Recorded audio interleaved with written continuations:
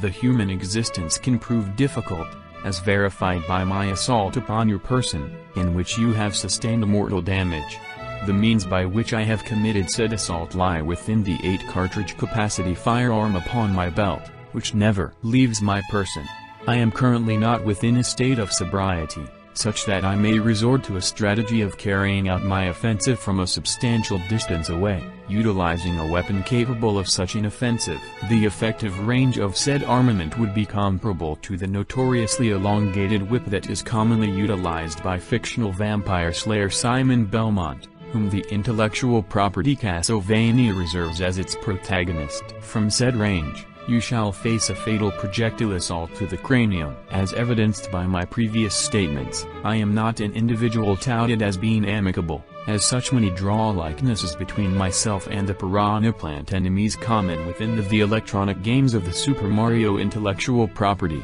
as we can both be described as malignant, or menacing. As stated previously, I am quite proficient in the use of firearms, and with this skill set I shall triangulate your position with striking precision, as a canine would whilst in the midst of prowling for sustenance. As such, it would be to your advantage to contort your body in such a way that reduces the exposure of your vital organs, in particular your cerebrum, as this course of action would prove burdensome towards myself and my aforementioned desire to bring harm to your person. Should you fall victim to my malicious ploys, the minimum consequence that would befall you would consist of the disposal of your lifeless cadaver within a sarcophagus, not unlike how the fictional military operative, Solid Serpent, seeks refuge from the notice of his adversaries by means of concealing himself within a containing apparatus constructed from cardboard. Should you elect to make an attempt at retreat, my previously recounted assault device of considerable distance shall yet prove formidable, and my aim shall not waver,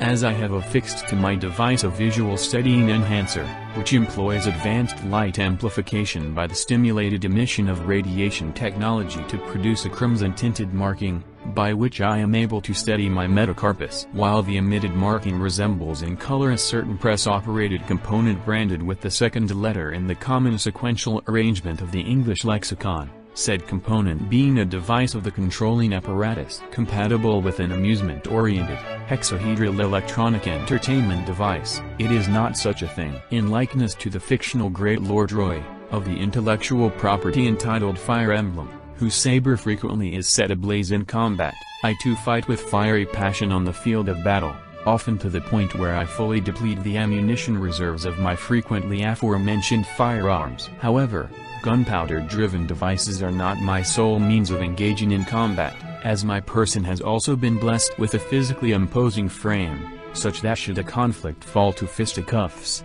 only an individual similar in bodily disposition to myself may prove a challenge. This is not a matter in which your opinion may sway, nor do you have multiple courses of action you may elect to take, unlike the two possible outcomes of which face of an airborne token may remain facing skyward upon landing. Also unlike the common conflict resolution method in which one may choose to perform a hand gesture that either represents shears, stone, or parchment, hoping for a favorable matchup with the chosen gesture of their opponent. When I state that I have many objects I refer to as toys within my possession, said term refers not to the product line of electronic entertainment interfacing trinkets known as amiibos. Should you find yourself in a physical altercation with me, in a gesture that asserts my status as a man whom you owe your acclaim, I shall use but one of my hands in order to constrict your neck in a grip, and with that single arm, elevate your person upwards from the earth, similar to the horizontally angled special maneuver within the possible actions the fictional warlock Ganondorf can historically perform in the series of electronic,